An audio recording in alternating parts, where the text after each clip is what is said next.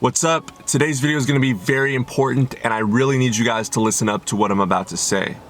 What if I told you, and this is based on my own experience as well as just what I've observed in others that have gone through the same thing, that your actions after your most recent breakup prove that you still actually do love your ex.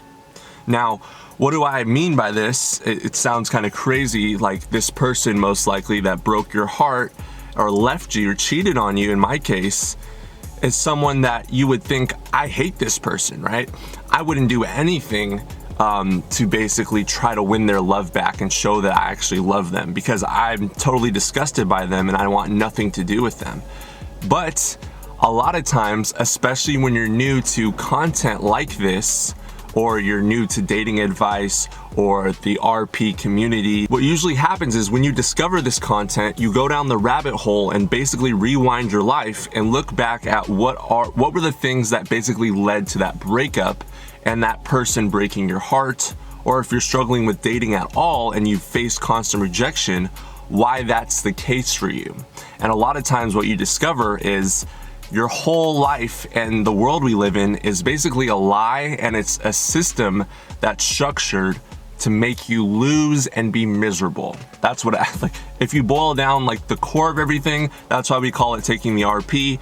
You see the truth not just about dating and relationships, but you see the truth about the world in general. And this is just one small tiny pill or truth, a sliver of truth, in a large universal pool of deception and lies that we've been spoon-fed since we were young by our parents and the media. So then you end up learning about these hardcore truths that were hidden from you that caused the downfall of that relationship. Like you need to supplicate women and put them ahead of your goals and priorities as a man, not to worry about a woman's past and the damage and the baggage that that might bring into your current relationship. The fact that you have to constantly improve your social status or else that women that you're with will monkey branch or at least entertain the thought of being with another man during your relationship. And last but not least, women tend to value a man's looks a lot more than men tend to realize. So then from there, what you would do is you would take a step back, you look at one of those 5 things or a plethora of other things that you can find on this channel, and you can probably pinpoint which one of those things, or maybe a combination of different things, led to your ex cheating on you, leaving you, disrespecting, all these different things, and the end ultimately of your relationship. And from that point, this is where a lot of us find this community and stuff like this on the internet and on forums. And what we tend to do is we learn about, okay, if let's just say it was appearance that we think led to the downfall of our relationship, we'll go and hit the gym really, really hard, get into fitness, get into nutrition, diet, exercise. We'll start taking maybe TRT and essentially hyper focusing on one aspect of what we believe was the cause or the first domino to knock down the dominoes that eventually led to the end of that relationship. So we hyper focus in this case on physical appearance. So we're gonna go to the gym more, we're gonna start taking nutrition seriously, watching what we eat, all these different things. And at the end of the day, who are you really doing that for? Like, let's really take a moment and step back from the situation and think about, who are you really doing all those little behaviors for? Really think about it, guys. Maybe your ex left you for someone that was making more money. And now that you're going through a breakup, this is at least what happened with me, you want to build a business and hustle and work 3 jobs while working a side hustle and build that off the ground, make a ton of money, learn about the stock market, be able to have all this passive income coming in, and you're losing sleep, you're constantly overworking yourself, you're learning about psychology and sales and marketing and all these different things so you can get better at it, so you can make more money.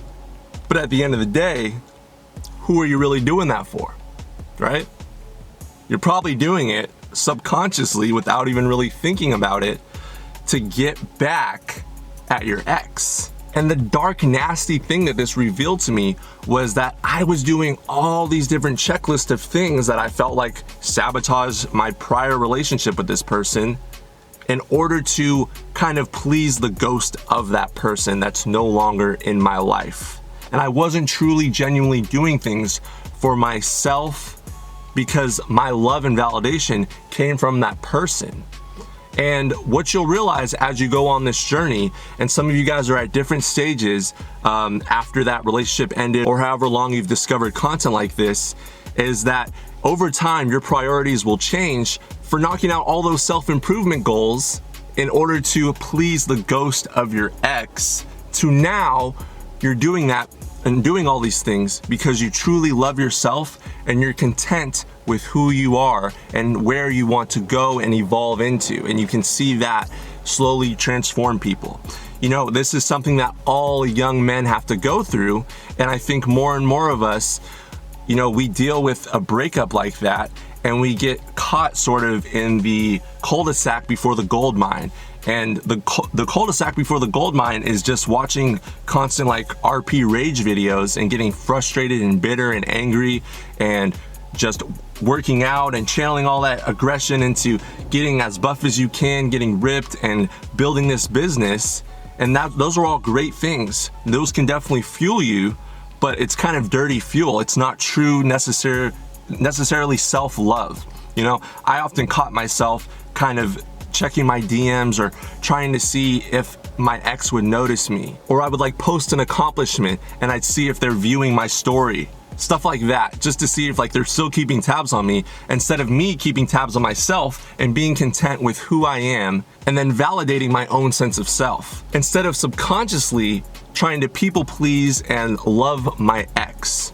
So my question to you is, do you find yourself doing your things for yourself, or at times subconsciously doing it to get back at maybe a woman that rejected you, or an ex-girlfriend, or something like that? Maybe a friend or a family member that hurt you. Type it in the comment section below. Let's create a conversation. I love you. Stay blessed.